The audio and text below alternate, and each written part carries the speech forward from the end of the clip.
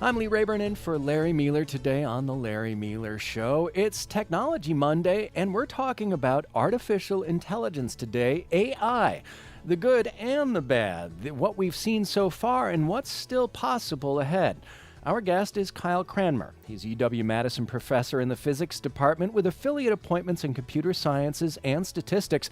He's also director of the Data Science Institute at UW-Madison. So what questions do you have about this AI technology? How have you seen it used so far, and what do you think about the ways it could be used going forward? You can join our conversation at any time at 1-800-642-1234. That's 800-642-1234, or email us anytime, talk@wpr.org. And Kyle, welcome to the Larry Mealer Show. Thank you very much. It's a pleasure to be here. Let's start with a little bit of under the hood and what it means when we're saying artificial intelligence and what goes into making an artificial intelligence that we see today or is being employed as AI models. What does the AI mean? Yeah, AI actually has a long history. The term was first coined in like the 1950s, so it's been around for a long time. And I think it's not a surprise. AI has been part of like sci-fi movies and public knowledge and sort of pop science and et cetera for a long time. But we're certainly seeing something very different happening since about since 2022 or so with these large language models and things like ChatGPT. There's a little bit of maybe we'll get into it a little bit, but the modern AI that we're seeing right now is kind of like a very specific set of capabilities, and the AI that was used in the 1950s was a very broad concept, and so through the decades we've seen a few milestones and sort of capabilities and things like that. But certainly what's happening recently is very interesting and certainly has the public's attention. Large language models, is that what we're using with contemporary artificial intelligence? Absolutely, yeah. I think those are so ChatGPT is that, and that's the most well-known thing. But then kind of a hop, skip, and a jumping away, our ability to generate, for instance, images or audio and things like that. And they're related to some of the same developments. So it's not just language, but sometimes people talk about the ability to generative AI, the ability to generate things like text or generate a new image or sound or something like that. That's kind of the most recent capability. What about the ability to process? Yeah, so I think it will be important to think about AI oftentimes in terms of like automation. It sort of removes some of the mysticism around what's going on and some of the sci-fi overly loaded terminology. Automation may be a little bit more boring, but something we're used to, and a lot of what's happening in society is maybe better just thought about in terms of automation. But AI is allowing us to automate things we didn't know how to automate before. So automation and generation seem to be the two key categories with our current artificial intelligence models. I think so, yeah. You're the director of the Data Science Institute at UW-Madison. Tell us a little bit about how you see AI through this role.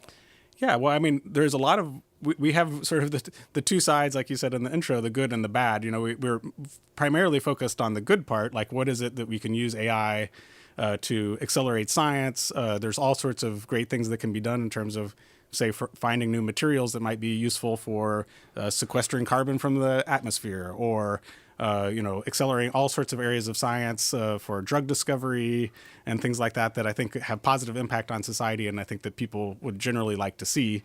But a lot of those same tools can be used either for fun, like making images of teddy bears on skateboards or something like that, or they can be used to do nefarious things like write scam emails at a scale that we've never seen before. So it's tricky. So we do, with the Data Science Institute, also have the part about thinking very critically about the impact on society and those things. So we try to take a balanced approach. And yet, this technology is the toothpaste out of the tube, right? There's no going back, but are there ways to control it? Are there ways to regulate it or rein it in?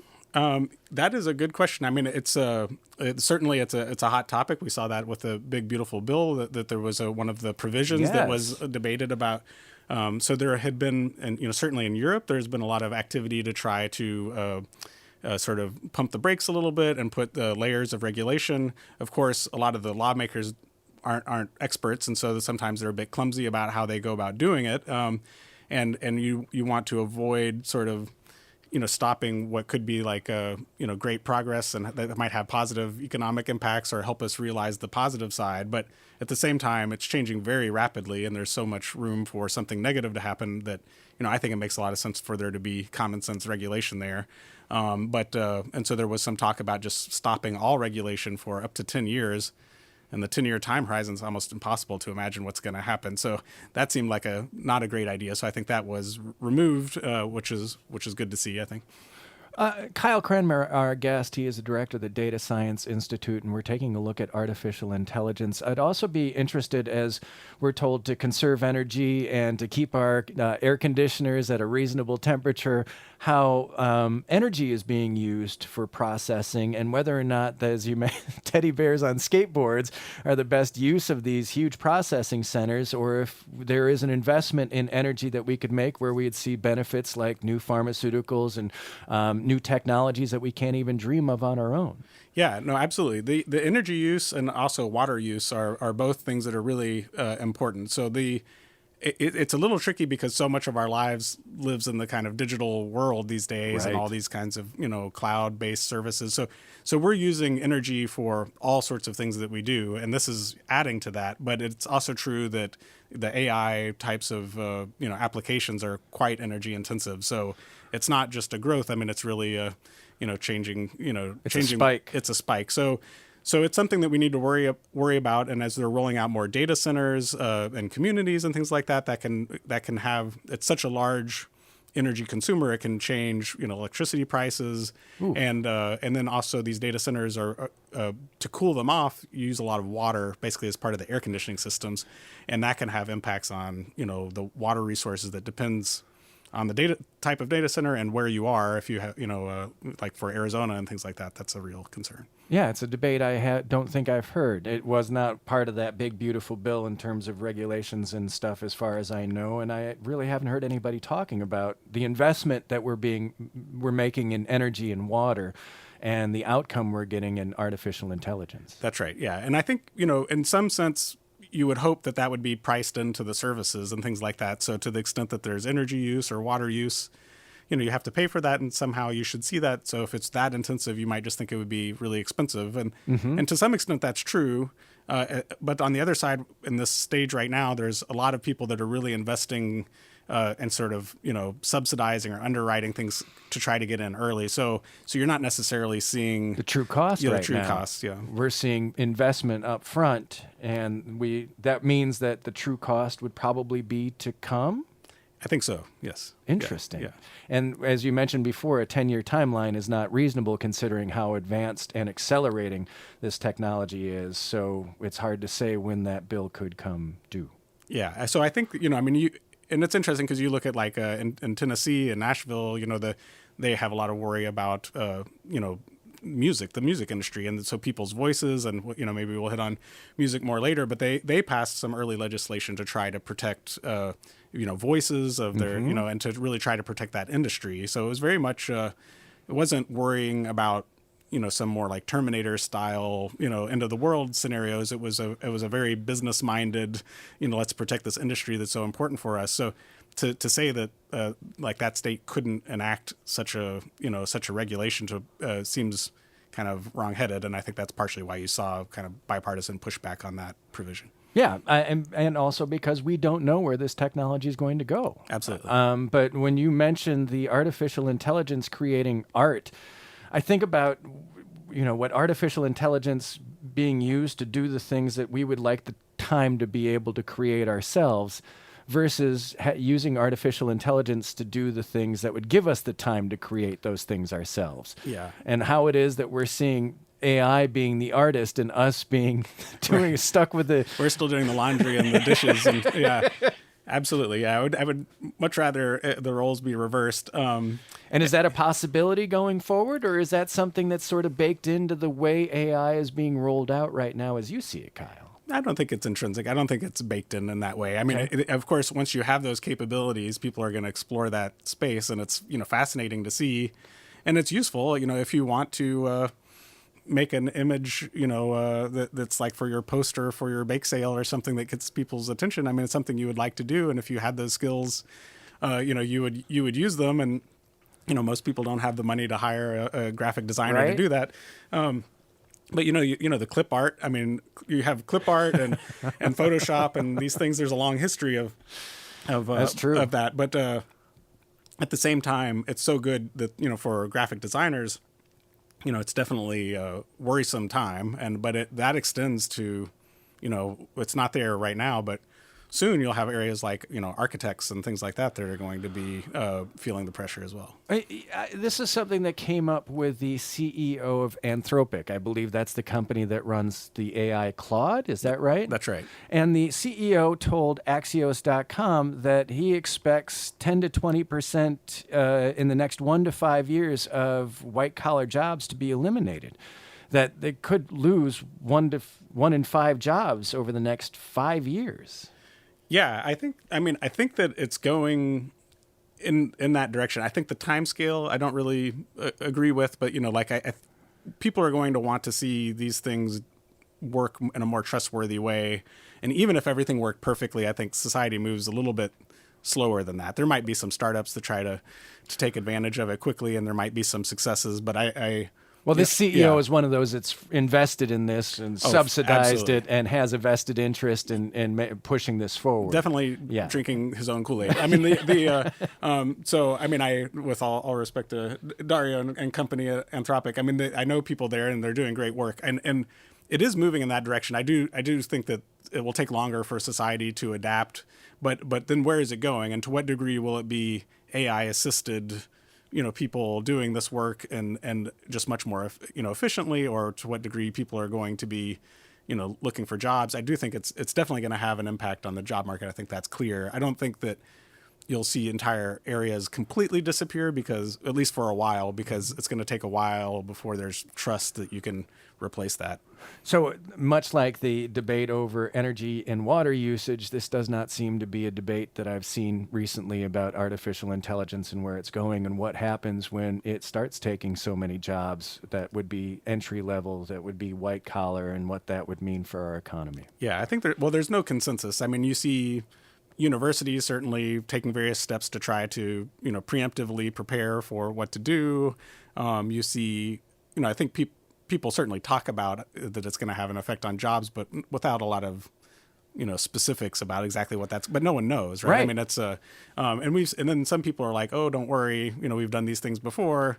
Technology will find a way. Right. And I think the right answer is going to be some mix of those things, and no one really knows, and it's going to be. It's going to be messy. I mean, it's it's going to have that kind of restructuring of society at some level is never not messy, but it's hard to predict. So it's like the industrial era, the advent of the industrial era, the start of the information age. We are at the advent of our artificial intelligence era. Yeah, I don't think it's hyperbole to say that it's that scale, for sure. Yeah. Kyle Cranmer, our guest, he is a director of the Data Science Institute and professor in the physics department at UW-Madison. We're talking about artificial intelligence today and want to know what questions you have for our guest at 1-800-642-1234 and how these large language models are being used now and could be used in the future. You can also email us, talk@wpr.org. I'm Lee Rayburn in for Larry today, and you're listening to WPR News. Coming up at noon, we talk about maps with Matthew Edney, the longtime director of the History of Cartography Project at UW-Madison.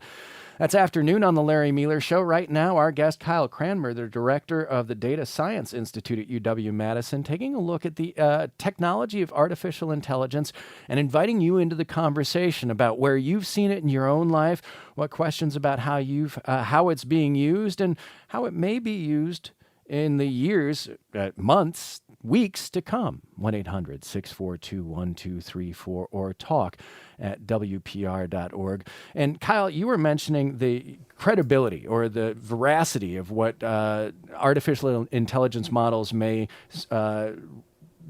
say, I guess you'd put it.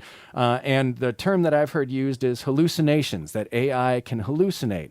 Now, another way to put it is it just got it wrong, right? It's just sometimes outputting inaccurate information. Absolutely. Yeah. So I think that it's tricky, but what the language models are doing that's different than what we've seen before and internally, but it's not so obvious in terms of, as a user, is that when you used to ask a question to, for instance, Google, it would go out into the internet and try to find some source that usually some human wrote, and that source, of course, could be wrong as well. And over the last decades, we've learned kind of as a society about how to sort of spot more trustworthy sources or not. But at some point, that there's someone who wrote it and who is asserting that that's true, and you maybe believe it or not. But these language models, they've somehow consumed all this text on the internet, and it's basically like if you had a person with a really, really good memory, and you asked them a question, and they would basically do their best to recall what it was that they had read, but they might be wrong. And also, if there's the parts they don't really remember the details, if they're a really honest friend, they might be, I don't really remember this. But these language models, they don't say that. They just keep going. So my mental picture is it's a little bit more like a high school student that didn't do their reading, and but it's just taking a stab in the dark. They've been called to go up in front of class and answer what this book was about, and they read chapter 1 and the last chapter in the liner notes, but they don't really remember the details, and so they're kind of making up the stuff in the middle, and so the language models in some sense have no shame. They're not trying to mislead you purposely, but they're just filling in the gaps with whatever seems like a plausible answer. And to the extent that they have a good memory, they're doing a very good job. And in places where their knowledge is a little bit unclear, they'll just kind of fill in the details. But you can't tell, and that's the problem. Is that and that's what people call hallucinations. And you see it sometimes.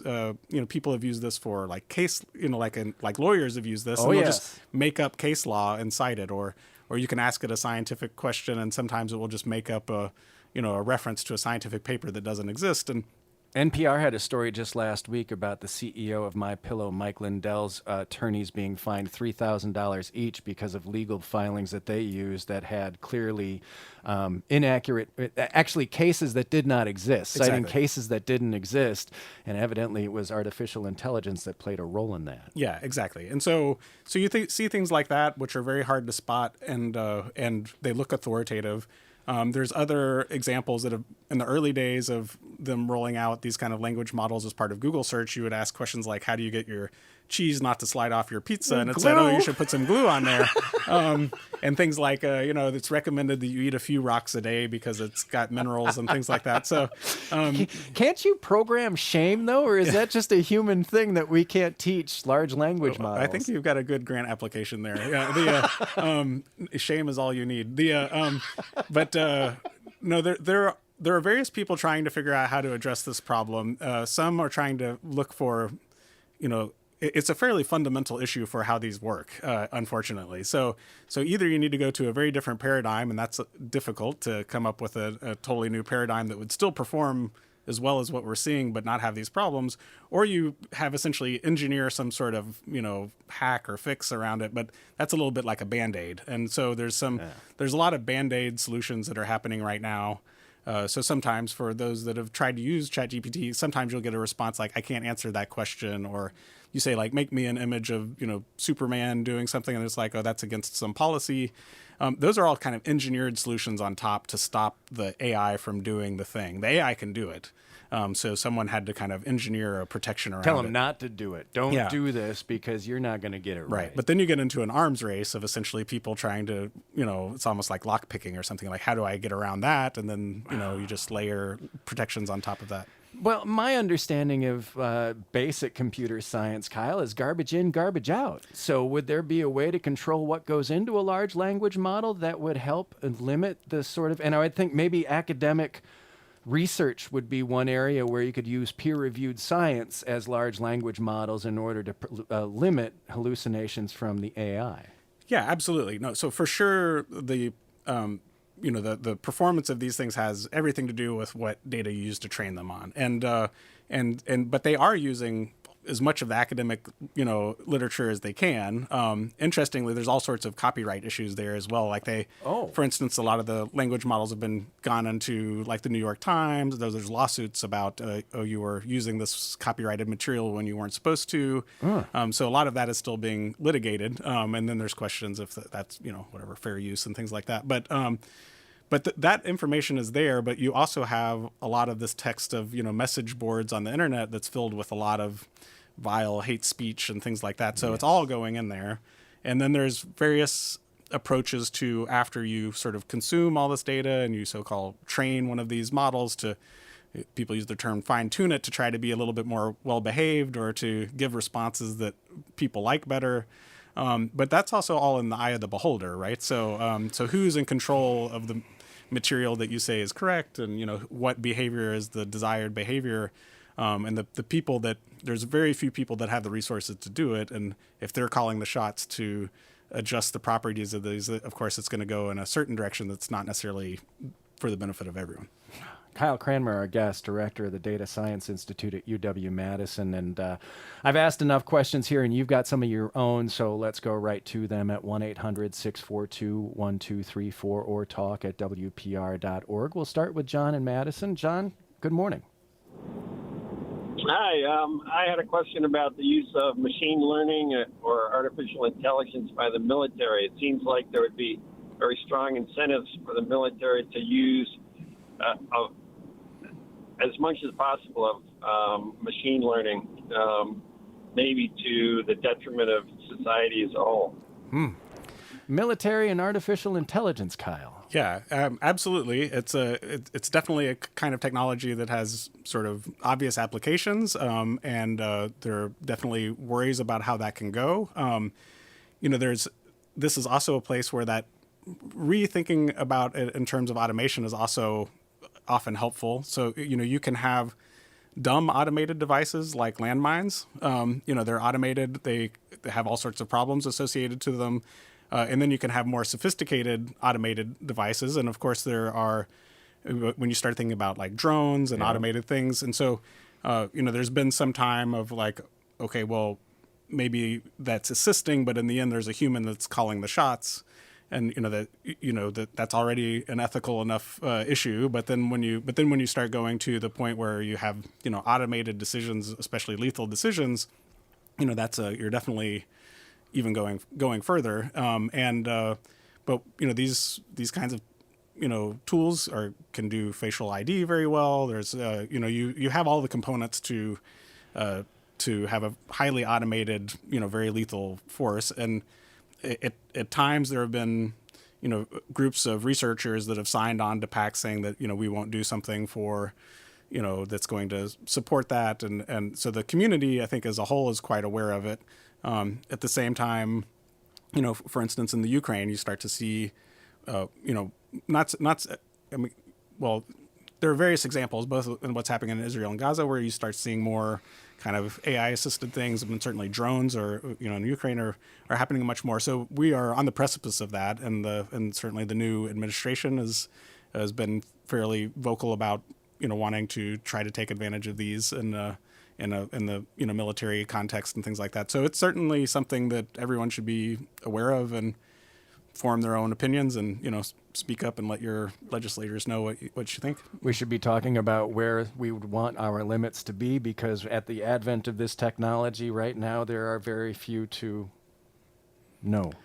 Absolutely, yeah, and it's there's the really on the nose kind of lethal military style things, and then there's also just like surveillance in general. And these technologies allow you to scale up at a level that we didn't know how to do before, and certainly you see, companies like Palantir and et cetera, that's their business model essentially, is doing that. So and that's being used by the government, and that to some degree, yes, already. Yes. Great question, John, and thank you for asking. Let's go to Mark in Swamico next. Mark, you're on the Larry Mealer Show with Kyle Cranmer. Hi, thanks a lot for the opportunity. So I've been hearing a lot about alignment lately. That's the concept that we want have the systems doing what we want them to do rather than going rogue on us. There's just a conference in the EU trying to figure out ways of doing so. And I repeatedly hear AI described as a tool, but I think of it more as an organism. And you can tell an organism what you want it to do, but it might have its own concept of what it wants to do, so I don't really see how it can be controlled. Yeah, no, I mean, it's a great question. I think it has a lot to do with how you sort of design the systems. I mean, in the simplest way of saying it, like, at some point there's someone that's got a computer in front of them and they turn on this program that's running this AI, model or something. And in some sense, it's as simple as just turning it off. Once you start having AI controlling the systems themselves, it gets more complicated. And the way things are going with, there's this talk right now, first language models came out where you could ask a question and it would respond. Now those are starting to learn how to use other kinds of tools. And one of the current waves of AI is so-called agentic AI, in the sense that you make agents, AI agents that know how to kind of operate cyberspace, or increasingly like physical space. And those things, if they're starting to, run the data centers that have other AI things, it might start to be more difficult to turn them off or something. That's the kind of thing that people worry about. It's also the kind of thing that's probably the easiest to engineer to not happen. Oh, and there's a solution. Well, I think, technically, if you just don't make such a system, that will help, or you have various kinds of fail safes. And it's also the kind of thing that, from a regulatory point of view, is maybe relatively easy to try to try to do. There are quite a few scientists that take this very seriously. So we talked about Anthropic earlier, and on one side, they're a company and they're making tools like Claude, which is a sort of like a ChatGPT thing, and they're trying to sell those services. On the other side, they're doing research, and they talk a lot about the alignment issues and what happens if the AI starts to be smarter than us, and how would we control it. And so these alignment questions is an academic research question they take seriously, and they do various kinds of experiments in little sandboxes to try to see what happens. So, but we want it to be smarter than us. That's part of the power. We just don't want it to control us. That would be part of our disempowerment, right? Exactly. And there's no consensus on this. I mean, you have very leading figures that have helped realize a lot of what we see around us, that have very different opinions on this. So so for instance, there are three people that won some major prize, the Turing Prize: Jan LeCun, and Jeff Hinton, and Yoshua Bengio. And the three of them have different stances on this issue. And some take it very seriously and really think we need a lot of regulation, but in a very even-keeled way. Like, they're not saying that this is about to run out of control right now, but they're taking it seriously and like we should be careful. And others that think that that this is not a real problem and that it's trivial to design systems where you could just turn it off. But not everyone agrees on that. Yeah. What does the director of the Data Science Institute at UW-Madison think?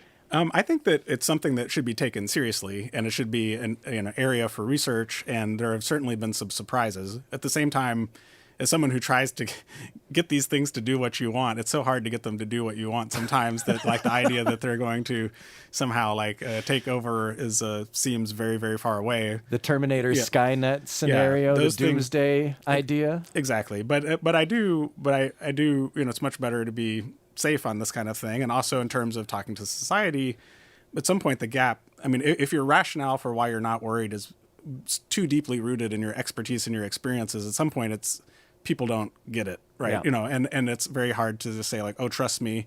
So I think, partially to maintain the trust of society, we need to say like, we're taking this seriously and these are the things that we're doing. And then people can feel maybe a little bit more comfortable that it's not completely irresponsible. Thank you for the call, Mark. I appreciate that, and I'm glad we got a thoughtful answer about where we're going with it, and we are still going there. So this is a debate worth having, discussion worth thinking about, and coming up with what you would like to see, how you would like to see AI employed. We'll go to Nan in Madison next. Nan, good morning. Hello. So my question is an extension of what you're just talking about, and excuse me, I see two sides where let's not worry about it, let's worry about it. But are there any guardrails? Are there any, instead of sort of these two philosophical positions, is someone stopping the guy over in wherever he is deciding to see if AI can blow up the world or something? Well, are there any guardrails for artificial intelligence at this point? You mentioned Tennessee having some to protect singer-songwriters. Yeah. So there are there are those kinds of regulations that are, there's the development of the AI, and then there's kind of how it's being used, right? And that's one distinction a lot of people talk about in these kinds of technologies in general is developing the technology and then trying to regulate their use. Trying to regulate the development of the underlying technology, there's a lot of people that are critical of that because it's the stifling innovation and where we might go.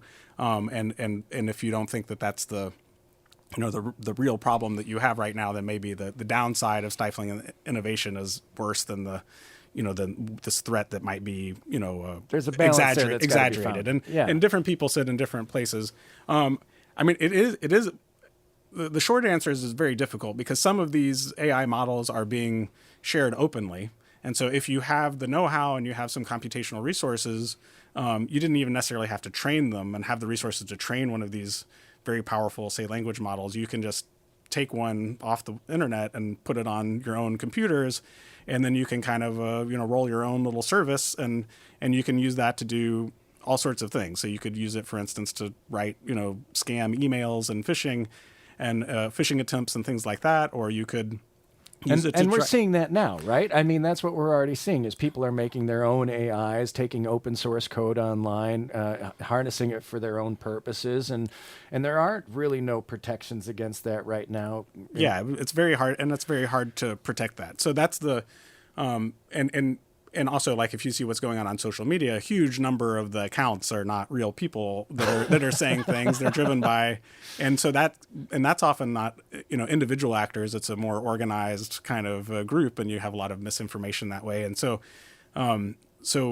that's the thing that I'm much more worried about than the kind of Terminator scenarios. I mean, I do agree that having these things around weapons and things like that, and these systems being able to be hard to turn off is, in principle, something we should be worried about. Like, in practice, it's very far away, I think, and it's not what keeps me up at night. The thing that keeps me up at night is a lot more about how you right now can, at scale, try to have conversations with people with these AI models to try to you can scam an entire population, scam people, misinformation, all of those things. Yes. Also, even something that's not necessarily nefarious, but when people go to search for information right now, you type something like, the example I come up with is the Statue of Liberty about immigration. Very topical, question. Yeah.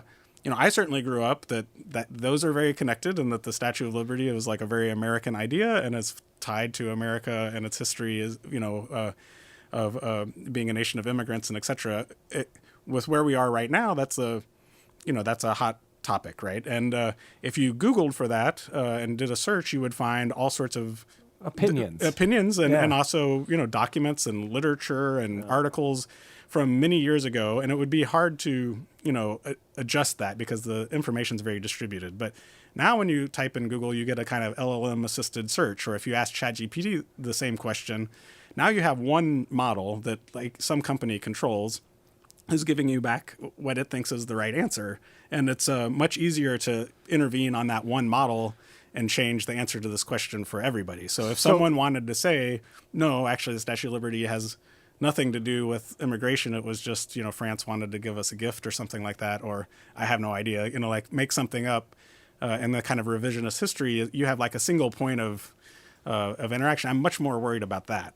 Well, and that also appears to be something that is kind of happening now, is the story of Elon Musk's AI, Grok, I believe, who at one point was considered too liberal in its responses, so they reined it in, and then most recently it seemed to be giving anti-Semitic responses, so it reined it in. And the most recent story I saw about the AI came from the AP, which said the latest version of Elon Musk's artificial intelligence chatbot Grok is echoing the views of its billionaire creator, so much so that it sometimes searches online for Musk's stance on an issue before giving its own opinion.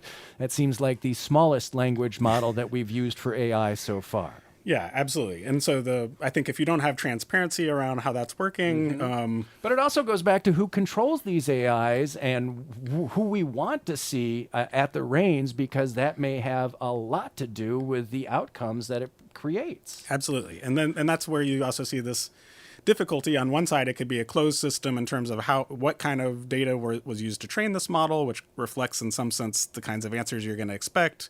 How did they adjust it or fine tune it at the end to try to satisfy, what users or what experience are they trying to optimize for, right? Is it Elon Musk's answers or is it something else? But so you can have a company that does that and it's not transparent, or you could do that in a much more transparent and public way, which sounds good. But then you have the issue that now you're making these models public and then people can use them to do nefarious things. So it's, again, another balance to try to strike. Brian in Madison wants to know more about the business model for these AI companies and how they expect to become profitable at some point. That's a great question. I think that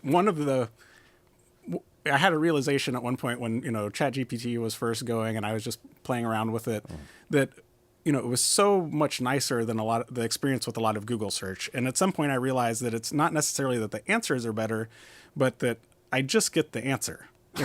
Like you ask a question and you get an answer. You don't get 115 advertisements and sponsored things, and you have to kind of go search through this very visually cluttered web page to try to find the information that you want. And then, I started thinking about, well, why is that the case?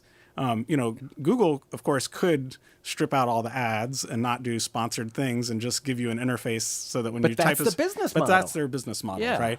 And so then what's a business model for ChatGPT? And the business model right now is burn as much money as possible to try to get ahead with the idea that, downstream you'll be in, the number one company on this, and then you'll start to layer incorporate sponsors. I'm sure that which is similar to Google when it started with a search. It wasn't sponsor heavy. It was the reason it became the top, search engine, and then it had to monetize. So when ChatGPT has to monetize, are we going to get more hallucinations that are going to ask us to buy more products? That's a good question. I'm sure that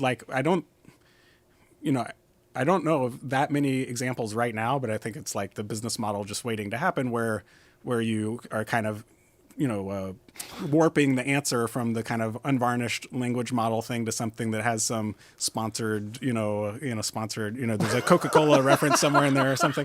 But I'm laughing, but I also at the same time, I'm like, I don't like the thought of that one bit. If we just want the answer. ChatGPT just gives us the answer, but the answer comes packaged in a product somehow. Right. So I think there's the whole class of things that are more search related, which I think you'll see a lot of similar business models. And then there's a lot of service related products. So you're starting to see, ChatGPT you pay for, right? There's maybe a free version, but then for many of the nicer things you're paying for, there are tons of companies that will pay for this service. And then they, for instance, don't want their data shared. So to be able to do that in a way, then the big companies, like Microsoft and Google and et cetera, will have a service where they will provide that to them. So there's a business model there. And then also you're starting to see it rolled into word processors like, Microsoft Word and Excel and all these things. So you can, or your email, you can be just like, complete this email for me or rewrite this. And some of that is free and it's just built into the operating systems. But some of that will be service oriented, and that will play out in the future. But I think there's, if it's, some of these things are useful and people are willing to pay for them. So it's not just like the search, advertisement model thing. So we're at the advent of the artificial intelligence era, and what that means may ultimately be dependent on how we'd like to see it utilized going forward. And the best uses for AI are still up for debate. So what questions do you have about this technology and how you've seen it used already and would like to see it used in the future? Our guest, Kyle Cranmer, director of UW-Madison's Data Science Institute and professor in the Physics, Computer Science, and Statistics departments. You can join us 1-800-642-1234 or email talk@wpr.org. I'm Lee Rayburn in for Larry today, and you're listening to WPR News.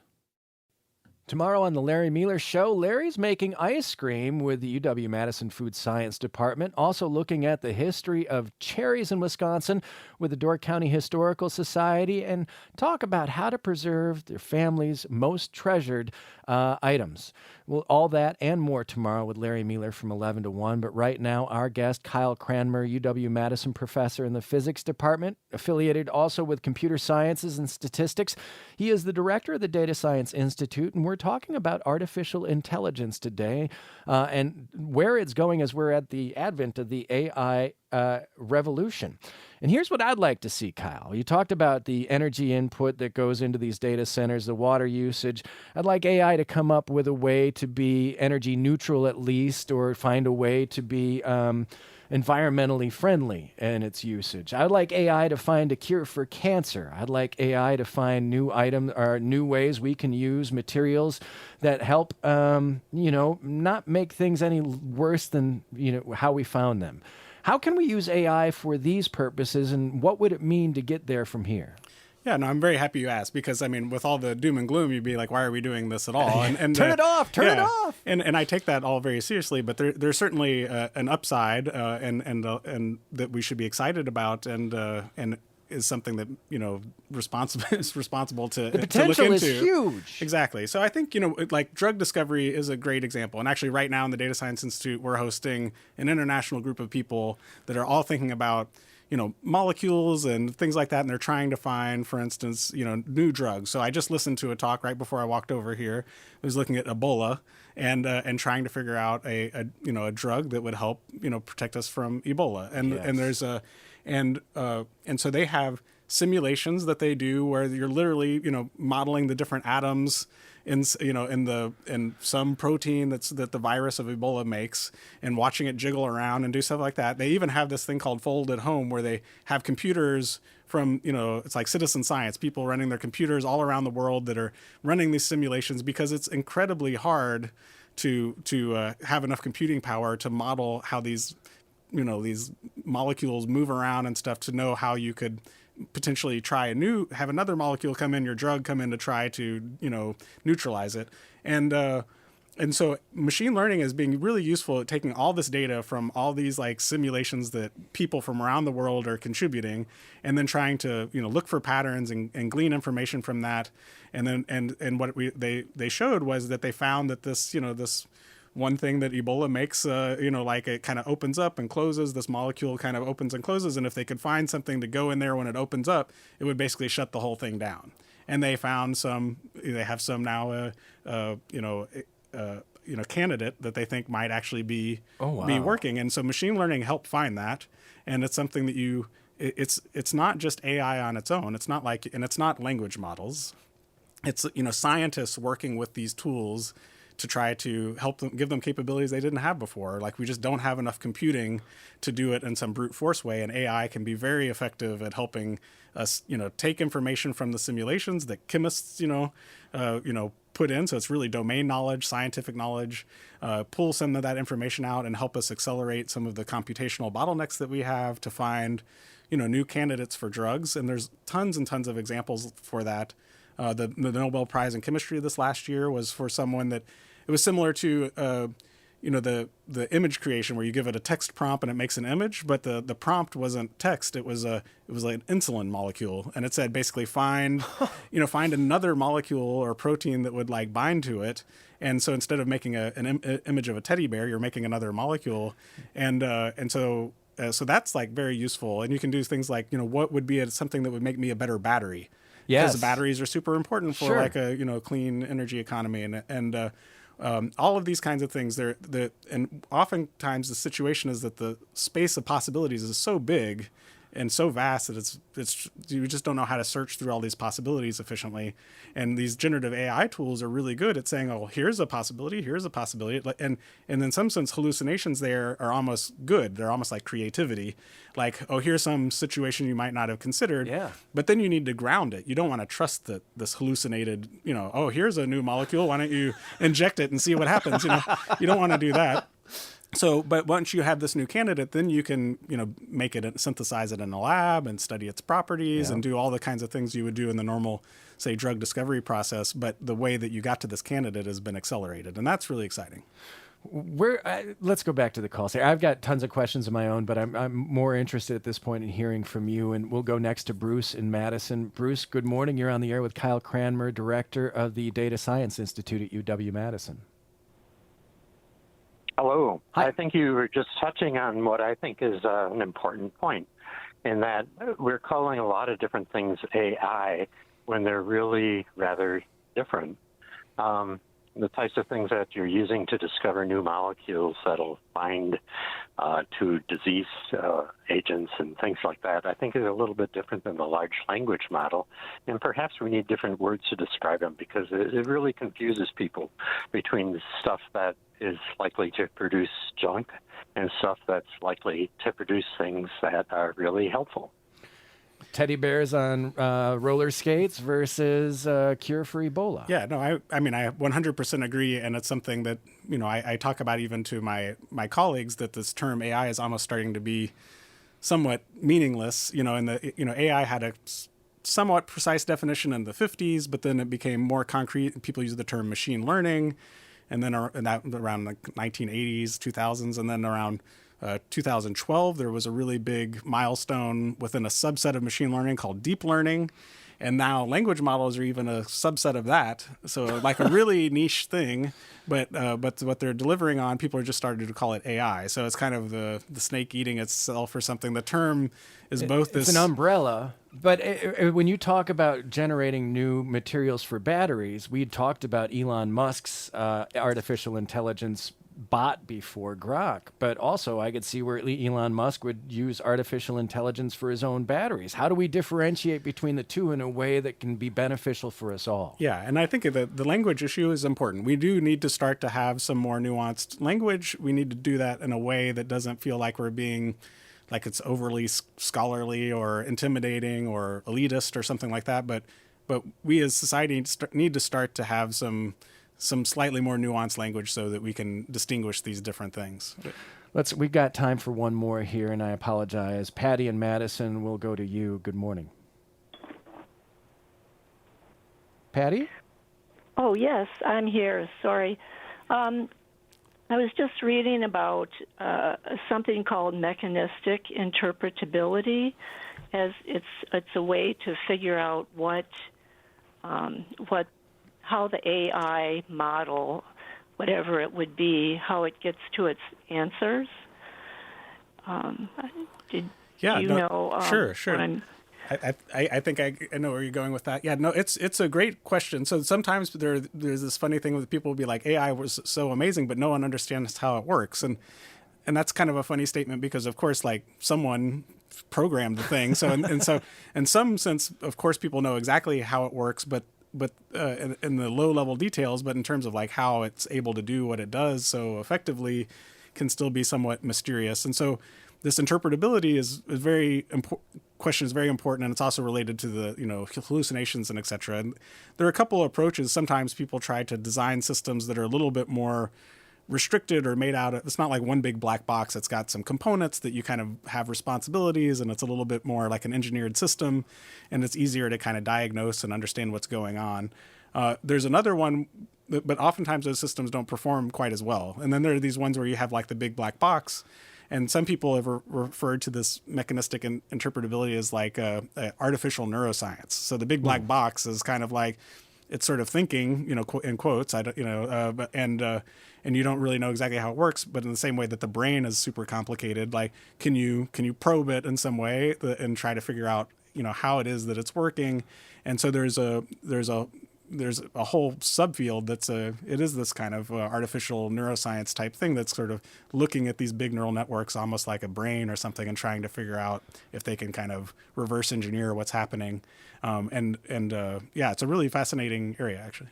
Patty, I very much appreciate the call, and I want to apologize to everybody else that we didn't get to your questions because certainly there are a ton of them to be had, and it's something to investigate going forward. And Kyle, I want to thank you because you've changed the way I've seen artificial intelligence today. It's not just teddy bears on skateboards anymore. Yeah, no, not at all. Well, thank you very much. It's a great topic, and I'm happy to be here. Yeah, I hope we have this opportunity again, Kyle. Thank you very much. Kyle Cranmer is a UW-Madison professor in the physics department with affiliate appointments in computer sciences and statistics. He is also the director of the UW-Madison Data Science Institute. All right, so up next, we take a look at maps and map making with Matthew Edney, director of the History of Cartography Project at UW-Madison. Well, what do you want to know about cartography and how far it goes back thousands and thousands of years, mapping our lands, our seas, and our stars? That's coming up after noon. I'm Lee Rayburn in for Larry today, and you're listening to The Larry Mueller Show.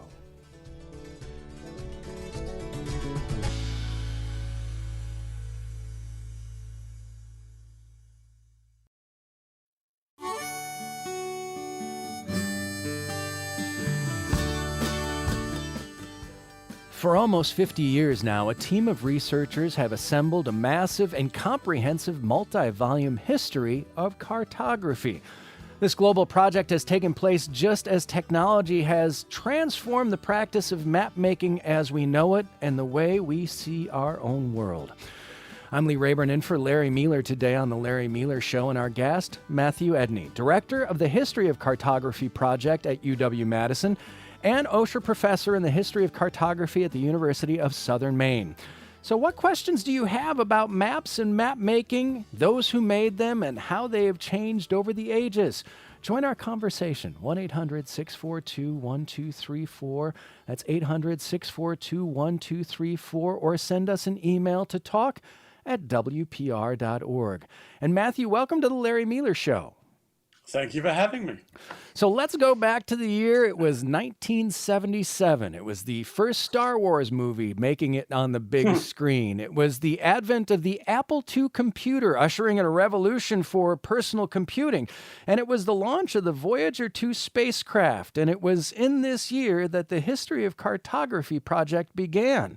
Who started it, and what was behind its inception? Well, it was begun by two gentlemen, a man called David Woodward, who was then at the Newberry Library in Chicago, and he moved up to UW in 1980. And his collaborator, a man called Brian Harley, who was then at the University of Exeter. And he, in 1986, moved to UW Milwaukee to be closer to David and the project in Madison.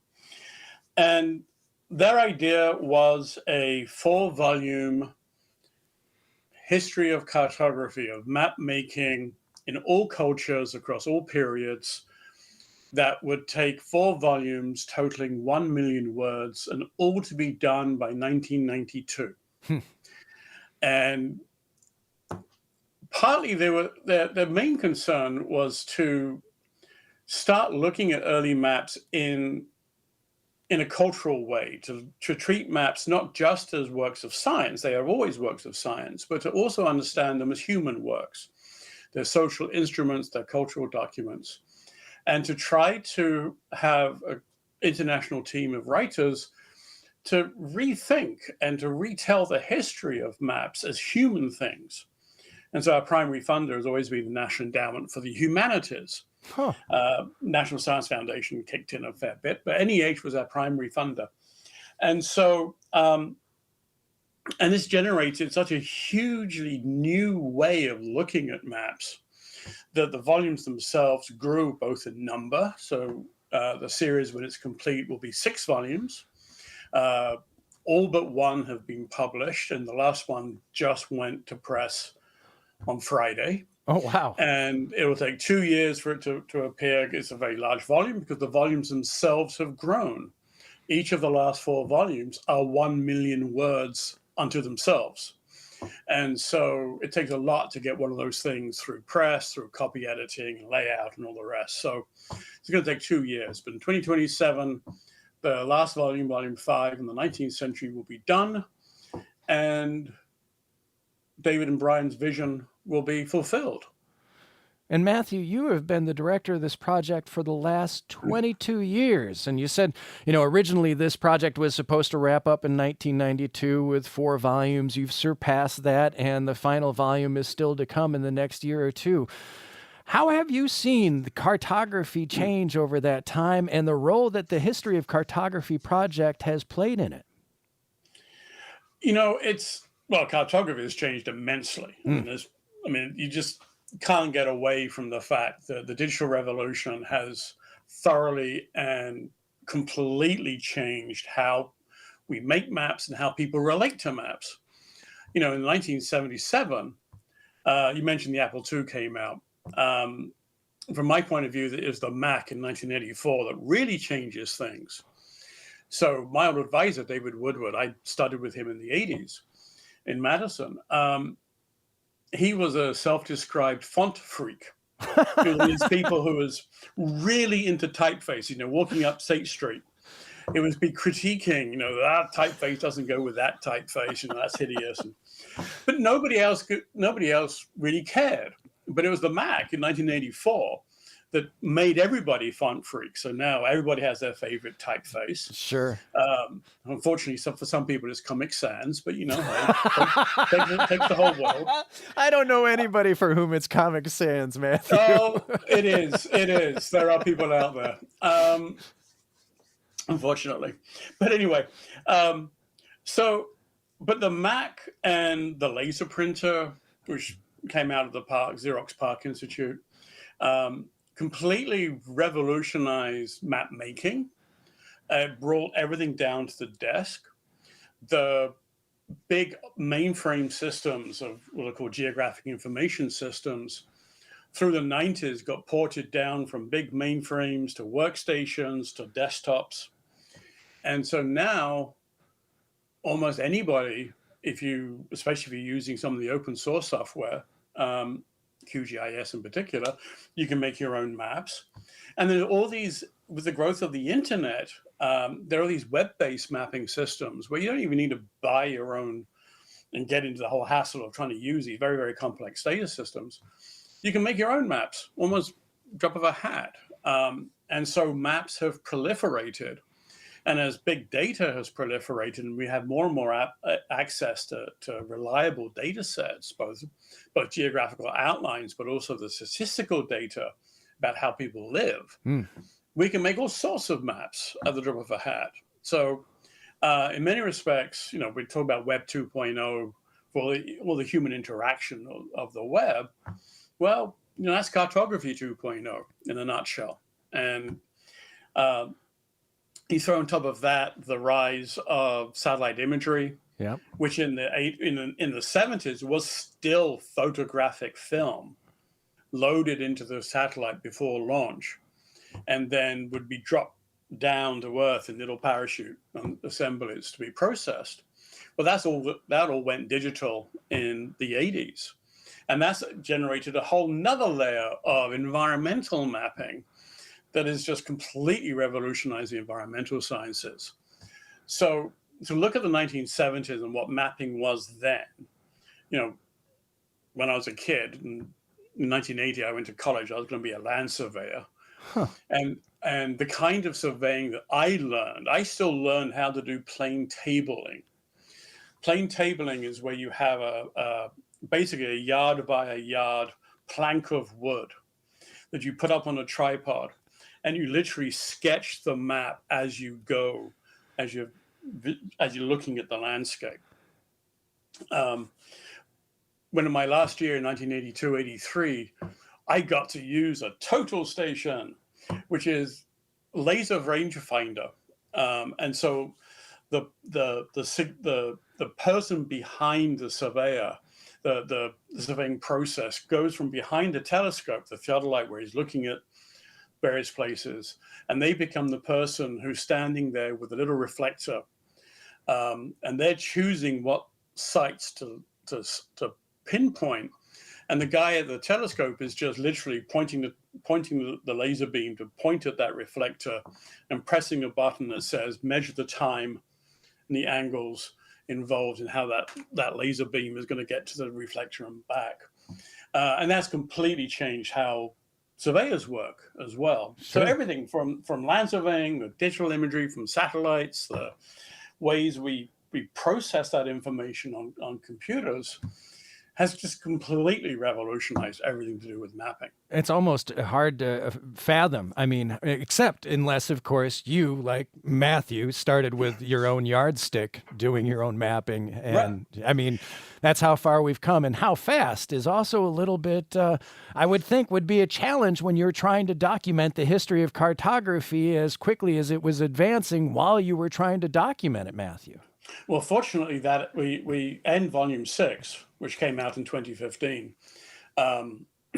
We end that at about 2000, as we're loose in the ends of each period covered, and all so we missed all the huge internet-driven explosion of mapping. Fortunately, I once joked we needed a seventh volume. We should have ended Volume 6 about 1980, 1970. And then have a second volume just for digital But That doesn't sound like too much of a joke, Matthew. no, It no, sounds pretty serious. Except we didn't have to fund it. So. Well, I've got there are a couple questions here, and I want to invite folks into the conversation with our guest, the longtime History of Cartography Project Director Matthew Edney, and how maps have changed the way we've seen the world, and how maps themselves have changed just in our lifetime. 1-800-642-1234 is the phone number to join us. 1-800-642-1234, or email talk@wpr.org. We'll start with Margot and Madison. Margot, good afternoon. Hi. Can you hear me? Yeah. Okay, good. Thank you. I just had a comment. GPS is great. I mean, you're out someplace and you don't have to be lost. That's wonderful. But I really am concerned about, especially the young people, growing up without having to learn to navigate an actual map. I mean, when you have the thing in your hands and you're there in the car and you're navigating for the driver, you have to understand north, south, east, west. You have to understand how the interstate system runs across the country, and they're numbered in different ways for north, south, east, and west. You have to understand about crossing county lines, and you have to understand about bridges that may be out. And you have to learn about the topography of the land that you are in at that moment. And with GPS, you never have that context. And that affects your brain, too, how you think things through, how you plan ahead, how you problem solve. And without maps, I feel like we're losing all of that, aside from the history of what isn't there anymore. So that was just my comment, but I understand everybody's love of GPS. So. Well, I mean, Margot, you make me miss the old Rand McNally atlas that you keep in the back of the car. And also, the times when you do get lost. You don't even have the chance to get lost anymore. But in the bigger picture of things, how these maps change the way we think, or perhaps with the advent of GPS, how we don't have to, Matthew. Well, I think... Margaret, thank you for your comments. I mean, this is a really important question, and I think it is definitely changing, along with all sort of other ways in which digital technologies are changing how we learn and how we think about the world. But one thing I think you have to be aware of is that GPS and associated mapping practices have actually enabled much more use of navigational tools than there was before. In the paper map, we had the Rand McNally atlases, or I've been living in Maine since '95, where we have the DeLorme company, which made by state gazetteers, and everybody in Maine had their favorite gazetteer in the back seat of the car.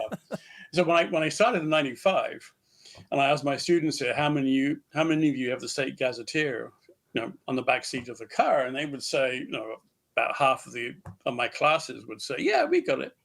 And they annotate them, with all their favorite swimming holes and fishing points and all the rest. Now I do that, and one person out of 100 might say, yeah, I've got that. And they've all shifted to GPS. So I think on the one hand, there's a massive change in practice. But it's a massive change in practice that hides the fact that so many more people are able to navigate now than they could before. But is navigation the same? I mean, no, navigation is not the same. I mean, Margot's point that you're not looking at a map to figure out the best route, and that helps you, that act of inquiring, of investigating the map, helps you memorize the route and helps you understand space. That's lost by and large, except for those nerds like me who don't use GPS because I want to look at the map, and maybe a map on a screen. But, I was driving around southern Wisconsin last Saturday and looking for bookstores. And my wife, who is directionally challenged, God bless her, was using the GPS to give me instructions, and she sent me the wrong way. And rather than going towards Mineral Point, we ended up by the Mississippi. And we went the wrong way. And if I'd been doing it, we wouldn't have done it, but I was driving, so she was navigating. Anyway, there's absolutely a change in practice, but there's also a democratization of practice. As long as the GPS and Google Maps or Apple Maps, open source map are free, then anybody can use them. Anybody can access them to navigate. in the same way that now everybody can write. We have all these mechanisms that allow people to write and to get their voice out, that you didn't have unless you ran a underground zine or something. The blogs and the internet now have dramatically democratized the ability to get our word out in the same way as democratized our way to understand space. It's just changed the ways we think about space. I will say that for me, teaching old maps, and my own research is primarily 18th century, when you're looking at these copper plate engraved maps with beautifully engraved handwriting that my students nowadays have a really hard time with because nobody learned cursive at school anymore. So there's a point where we're going to go through the cursive process. Yeah. So yeah, the technology is wonderful, but it definitely has its downsides from an historian's point of view.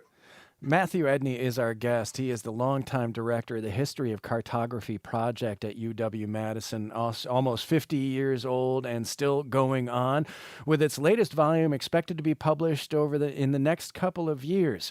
If you have questions about the map making and the history of it and how it's changed and revolutionized, not just the way we see our world, but the way we think and process where we are in it. Join us, 1-800-642-1234. Colleen will get to you next, 800-642-1234, or talk at WPR.org. I'm Lee Rayburn in for Larry today, and you're listening to WPR News. Hey, if you're missing Larry today and would like to hear a little more of him, you can always listen to our archives anytime at your leisure at WPR.org/Larry. Larry's back tomorrow, but I'm Lee Rayburn in for Larry today, and our guest is the longtime director of the History of Cartography Project at UW-Madison, Matthew Edney. And we're taking a look at how maps have changed over the years and how they changed us in the way we see the world. Conversations available, questions, comments, 1-800-642-1234 or talk at WPR.org. Let's go to Colleen in Green Bay. Colleen, good afternoon. Hi, I'm a retired social studies teacher, and I just think maps are great. I always had a map of the week. I had 6th, 7th, and 8th graders, so I went through 3-year cycle. So all my kids had a different map for 3 years, every week. And the point I'm trying to make is that I think maps give kids a perspective about where they've been or where they're going as far as the land, what rivers. Like in Wisconsin, a lot of the roads that were created were old Indian trails. The highways were created. And because there's a river here or there's a certain, in the greater part of the United States, a mountain there. And the kids aren't getting that now. I was driving with some people that were like 30 years younger than I was, and I said, they were listening to GPS, and I said, turn here, and they ignored me. and I said, no, really, this is a shortcut. This is going to save us like 20 minutes. And they didn't believe me. I said, I have driven this so many times. They didn't believe me because GPS is telling them to keep going straight. And people are not understanding, spatial directions. They're not getting spatial intelligence. They're losing out, I think, on higher level thinking skills. As a kid, I was the navigator. I would look at the maps. I would help my we'd drive from Green Bay to Florida or wherever it was. And as the oldest, I got to do the maps. I think that's why I fell in love with maps. But I just really think that the younger people are really losing out. I never use GPS. I'll go online now, look at a map. I'll write down the directions. I'll print out MapQuest maybe, but no, I don't need GPS. I had to laugh, Colleen, because I have certainly been in a car where the algorithm has won out over the expert before, and once we got to where we were going, pretty clear that the expert probably had a better route, but also the bigger picture, again, reiterating, Matthew, how these maps are changing us, but also not just where we're going, but a way to document where we've been and an understanding of where we've been. Oh, sure. And at this point, I think, and thank you, Colleen, for your point. I do love the idea of printing out MapQuest pages. That's what I used to do. until I got horribly lost in Newark, which is the seventh circle of hell. Is Newark, driving around Newark Airport? I gave up even on MapQuest at that point. But the thing about maps is that we've in a modern society, and especially with computer, I think both Clean and Margot intimate this. We come to treat maps.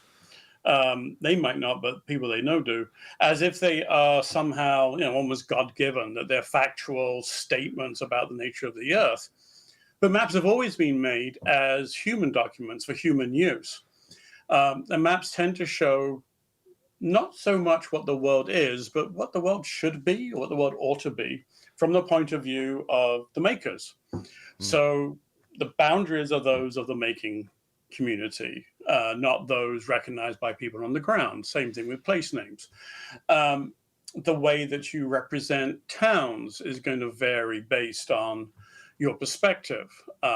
There's a wonderful scholar out of Johns Hopkins, a guy called Richard Kagan, who did this amazing work on Renaissance city views and plans.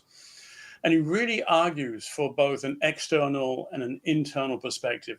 The city is going to look differently if you're making it as a member of that city, of the corporation and the guilds or religious houses, as it would be from outside if you're a royal officer who's going to come in and assess it for fortifications or taxes or whatever it may be.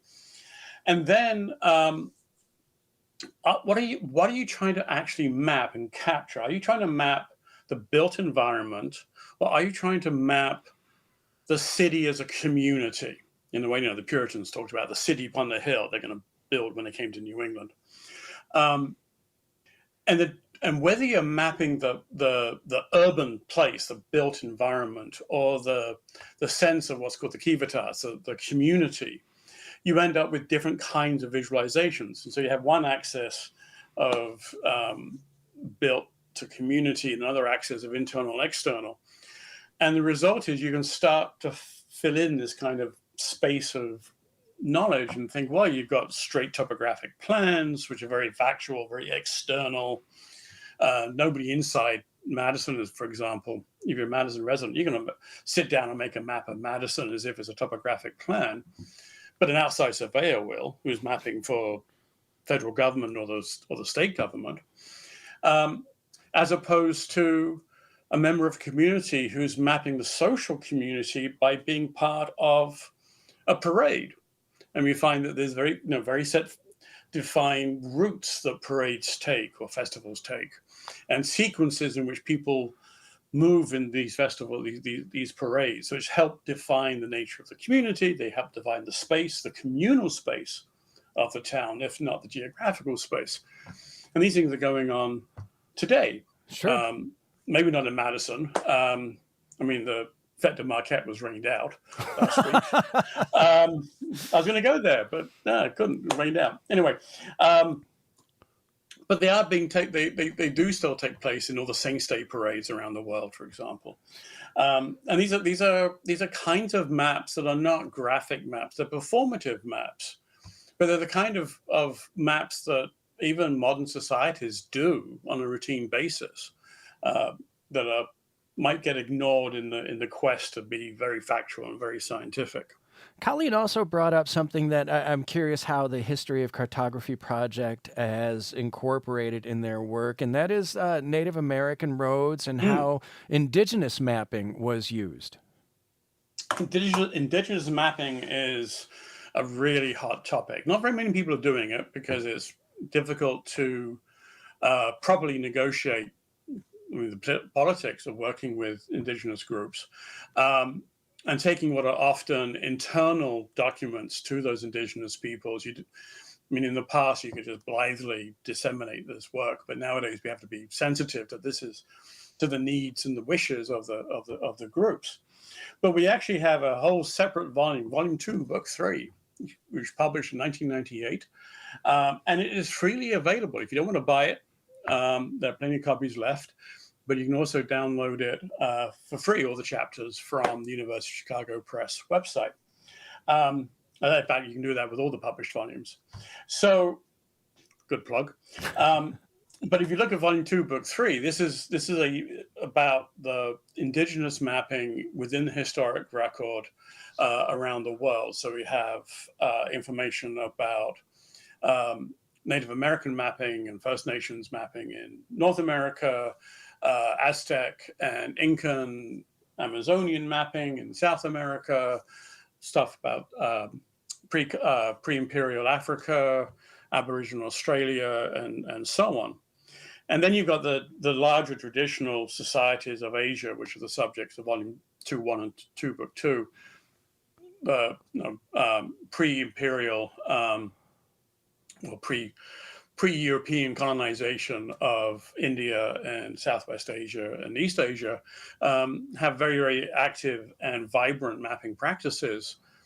And so, in fact, the History of Cartography volumes have stimulated a huge amount of new research, especially among scholars in China and Japan and India, about their own mapping traditions. So the work that we've done, that was before my time as director, has stimulated so much new work that it means really making the study of maps truly international, truly global. Matthew Edney, our guest, he is the longtime director of the History of Cartography Project at UW-Madison. Let's go to Ruth in Chippewa Falls next. Ruth, good afternoon. Good afternoon. I've been traveling on my own before they had GPS, and I was thrilled to see that I didn't have to do it blindly. So I got a GPS. Well, let me tell you, don't go anywhere without a map, and don't go without looking before you leave, because the GPS will lead you down the merry path. It is not all-knowing, omniscient, is what you're saying, Ruth. I'm saying it has told me in a cul-de-sac to go off-road. Well, I'm glad you didn't listen to it. You know, there are these are really good points, because the data that GPS is using are created by humans, which means there are failure points all the way through the creation of these data sets. The data set, just because they're digital, just because they're maps, doesn't mean that they're utterly trustworthy. And so the number of times people have been directed to turn left out of, there's not too many fords in this country, but in Europe, there's lots of fords where the road goes through the river. And GPS keeps telling people, turn right and go along the riverbed in the water, which is not very good. That's because the system has not been created as robustly as it could have been, because much of this data is actually coming from paper maps. Oh, interesting. The data is not purely digital born. It's getting more so. But so, for example, we mentioned MapQuest. Colleen mentioned MapQuest earlier. MapQuest, and then after it, Google, the core data for the United States came from maps that had been digitized by the U.S. Census Bureau to keep track of census districts, blocks, block groups, and tracts. And their maps came from each state. So some states had really, really detailed and very precise maps to keep track of the census districts. And some states had less. They didn't put as much money in. And then the maps, these paper maps, are then digitized by the Census Bureau so they could start doing digital mapping of census returns. But they started selling off all the data. And so MapQuest and other people took it and then did a whole bunch of ground truthing. This is where the driving around and testing the data, is the digital data actually any good? And the testing doesn't necessarily go down every single street. And so you're left with a very variable data set. Now, over the 90s, 2000s, 2010s, that data has been progressively gotten better.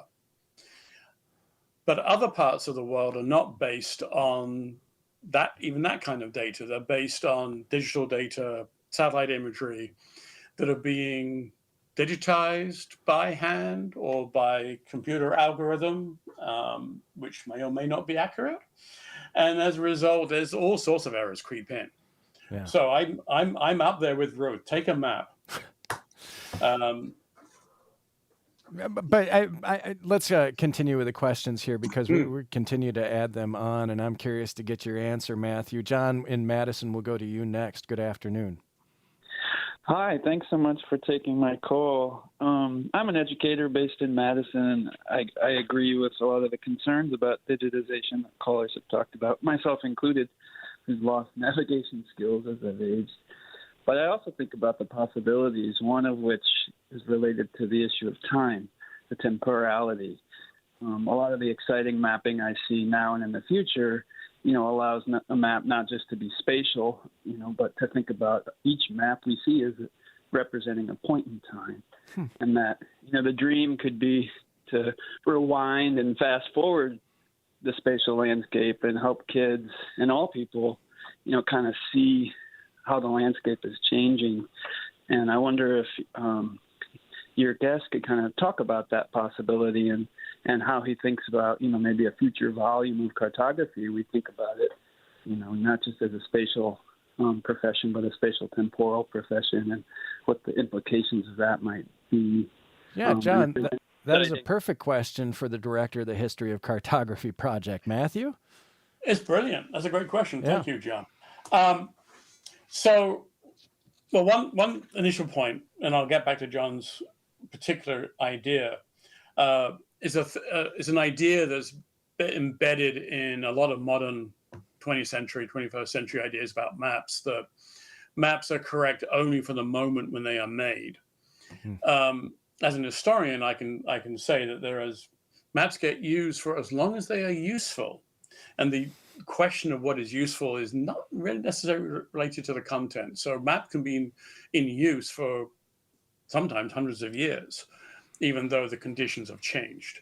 But the idea of taking maps and animating them, in effect, to show time, we've been trying to do that really since the 70s and 80s. There were people playing with VCR systems and then laser discs.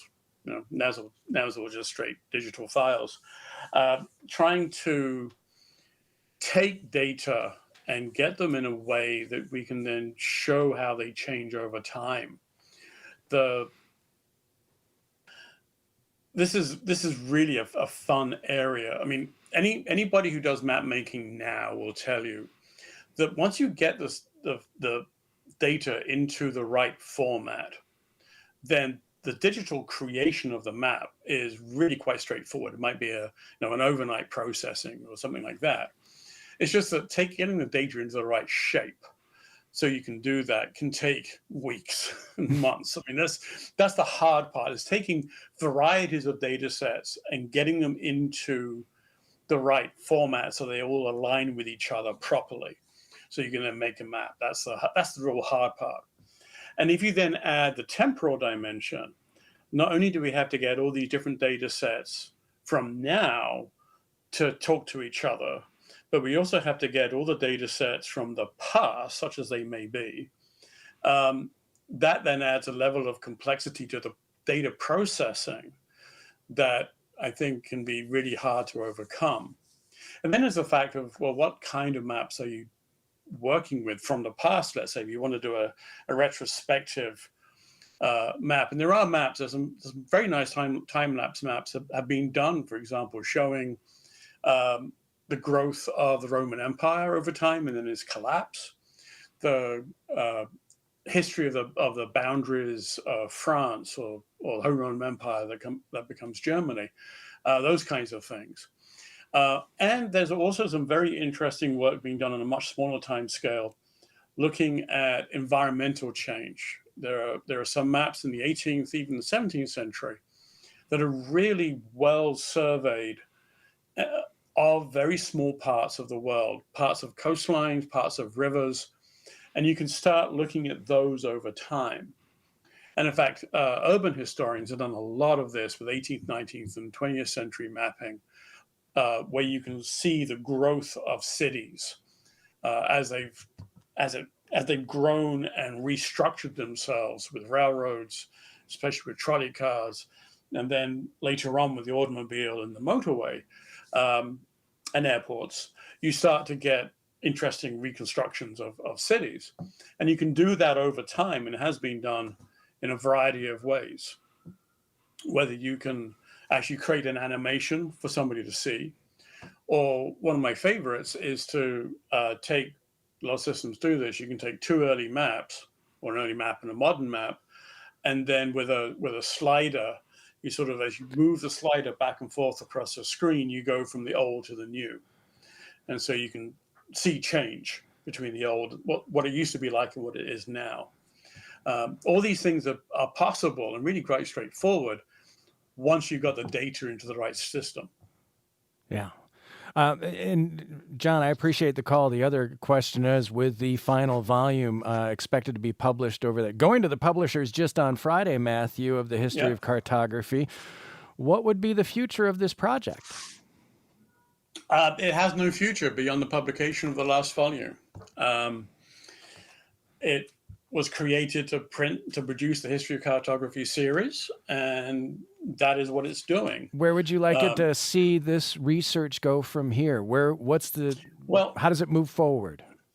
So the series, as I said at the beginning, when David Woodward and Brian Harley began this, the idea was to get people to think about maps in a human way, as human works. And that's been undeniably its effect.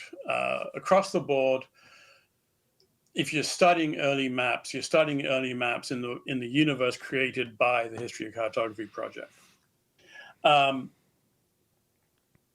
at the same time, the way that people have studied maps they've almost like slingshot past the history. The history, it's taken a long time to get the History Project to where it is now. And the field has moved very much ahead. So the future influence, I think, a future benefit of this series is only going to become apparent when Volume 5 is actually published, because it actually fills the gap between 4 and 6, between the Enlightenment in 4 and the 20th century in Volume 6. But it has the same design as those two volumes. And so finally, people will be able to read across the volumes by looking at the history of property mapping, as opposed to marine charting, as opposed to regional mapping, as opposed to atlas production, as opposed to military map making and use, as opposed to the commercial map trade. We can start looking actually at the history of cartography as it's been practiced, as it's changed over the last 3 centuries. And that's something we just haven't really been doing because we haven't had the framework to do it. There's just, people look at the field and they're just blown away by the amount of data that's available. And so everyone's been really happy, and I'm as guilty as anybody else of going in and looking at one map or a set of maps and really working through how this set of map work worked, how it had influence, how people related to the maps, the history of those maps themselves, political importance or social importance or technical importance. At that moment, now the task is to sit back and actually understand, to really come to terms with the history of mapping rather than the history of cartography, if that makes sense. Matthew Edney, our guest, director of the History of Cartography Project at UW-Madison, also Osher Professor in the History of Cartography at the University of Southern Maine. And we've still got time for your questions at 1-800-642-1234, or you can email us, talk@wpr.org. I'm Lee Rayburn in for Larry today, and you're listening to WPR News. Tomorrow on the Larry Mealer Show, Larry's making ice cream with the UW-Madison Food Science Department. We're looking at the history of cherries in Door County with the Door County Historical Society and finding the best way to help preserve your family treasures. All with Larry tomorrow on the Larry Mealer Show from 11 to 1 here on WPR News. A reminder, if you are interested in the multiple volumes of the History of Cartography Project, they are freely available to everybody online at press.uchicago.edu. uchicago.edu/books/HOC. Okay, that might be a mouthful, so we've just thrown it up at wpr.org/Larry with today's episode. So after the show today, you can find that link at wpr.org/Larry. Our guest, Matthew Edney, longtime director of the History of Cartography Project at UW-Madison. And before we took a break there, Matthew, you were talking about the difference between cartography and mapping, and lay that out for us. What is it? Well, to be honest, I mean, it's rather ironic that here I am as director of the History of Cartography Project, and cartography itself is actually really an idealization. There's no such thing as cartography. I started my last book with a chapter 1 epigraph, "There's no such thing as cartography," and this is a book about it, stealing from a historian of science who wrote that about the scientific revolution. What we think we do is cartography, but what we actually do is mapping. Pardon me. We have an idea that cartography and maps are all the same. Maps are all replications, reductions of the Earth's surface, and they're factual and technical and scientific.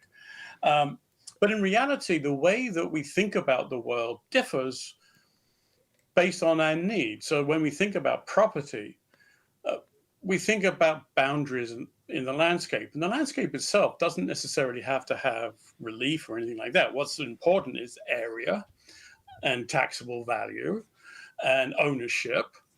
And so there's a whole kind of mapping that is made of property, real property, as opposed to communal property, which has a different kind of mapping. That's all about establishing boundaries and calculating areas and taxing them, as opposed to military mapping, which is all about landscape as relief, as a continuous surface that's crinkly, that has valleys and hills, cliffs, trees, water, places that you can put troops and places where you can't, especially pre-aerial technologies. And so military mapping is a different kind of mapping. It looks at the landscape in a different kind of way to different ends, as opposed to the geographer, as we think of them in the past, who are sitting around in a studio, in an office, taking data from various parts of the world and making maps of the world or maps of continents, as opposed to astronomers who are making maps of the heavens. Right. As opposed to the geologist or the sociologist who are making analytical maps, thematic maps of geology or population or class or whatever it may be. And so each one of these different kinds of mapping, different ways of mapping, when you look in the historical record, you start to see that different functions of mapping are entailed with different institutions, both of producing and consuming and using the maps. And they entail different technologies of making and reproducing and accessing the maps. And so in practice, as an academic, rather than just thinking, oh, maps are all the same, as an historian who's trying to understand how maps work within human society and how they shape human thought and how humans use them to do things and to change the world, then the first thing we have to do is to set aside our modern preconceptions and really look at the different modes of mapping, different ways in which people make maps and use maps. And when you do that, then the history of cartography becomes quite different. It's not just this single narrative of ever better technology, ever more data, ever more accurate data, but it becomes a history of humanity, how people engage with the world, how they change the world, how they understand the world, how they tell other people about the world, but always for that particular reason. Maps are always made for a purpose. It's almost like a philosophical document about how we see ourselves in the world we're living in that moment. That's exactly. I appreciate that. I want to get to Michael and Madison here before we run out of time. Michael, good afternoon. Hi, thanks for taking my call. I want to say that I am a map enthusiast. I have hundreds and hundreds of maps. Oh, wow. Of all different parts of the country, but particularly Wisconsin and Dane County where I live. Cool. And when I heard the topic, I thought, what if I had to pick my 3 favorite maps, if I have any, that would include an early map of California where the Baja Peninsula is outlined as an island rather than a peninsula. Second would be the eastern part of Tennessee was once slated to become another state named after Ben Franklin. And there are maps that show that, and the state was to be called Franklinia. And then coming back to Wisconsin, Iowa County in the southern part of the state it's always been Iowa County as far as I know, but there is a map with an error where Iowa County is labeled as Montgomery County, and that's just a pure simple error. There's no historical relevance to that, but those are hard maps to find, and I just absolutely love maps, and I thank you again for taking my call. I'll listen for the discussion. Well, wait. Before you go, Michael, I'm wondering where the Iowa County, Montgomery County map came from, because that would, who was responsible for such an egregious error? I can't tell you for sure. I mean, I haven't looked at my map collection in a long time because I'm actually a compulsive collector. I collect books and microscopes and all the art and all different kinds of stuff. The state of Franklinian, the island of the California Baja, and the Montgomery County of Wisconsin. Those are unique maps. And Matthew, I imagine you probably have some of your own that are your favorites. I do, and I should actually just say California as an island is a long-running idea. Oh, wow. It's actually not just Baja California. It's everything up to San Francisco and the Golden Gate. Because some guys in Europe in about 1670 had this idea, well, we got the Colorado River and you got the Golden Gate, and maybe they're actually connected. So everything from San Francisco south becomes this island that is rejoined by the French in about 1700. Wow. And the whole story about that. I have, as I like to say to my students and colleagues, I have many favoritist maps. But I think I have two favoritist maps, most favoritist maps. One is there's a early map of the coast of what becomes New England by John Smith of Pocahontas fame and all that stuff. After Virginia, he did a brief expedition in 1614 to what is now New England, and he made a map. And that's one of my favorites because I got 3 peer-reviewed articles and a book out of it. So clearly it says something to me, mostly how badly people have interpreted it, which requires a whole new interpretation. But my really absolute all-time favoritist of all the favoritist maps, is a map made by Mark Twain in September 1870, when the Prussians are about to invest Paris at the high point of the Franco-Prussian War. Emperor Louis has been captured at Verdun, and the French army is just a complete mess. It's when the Commune rises up, and all sorts of things are going on. And it's a very long story, and Mark Twain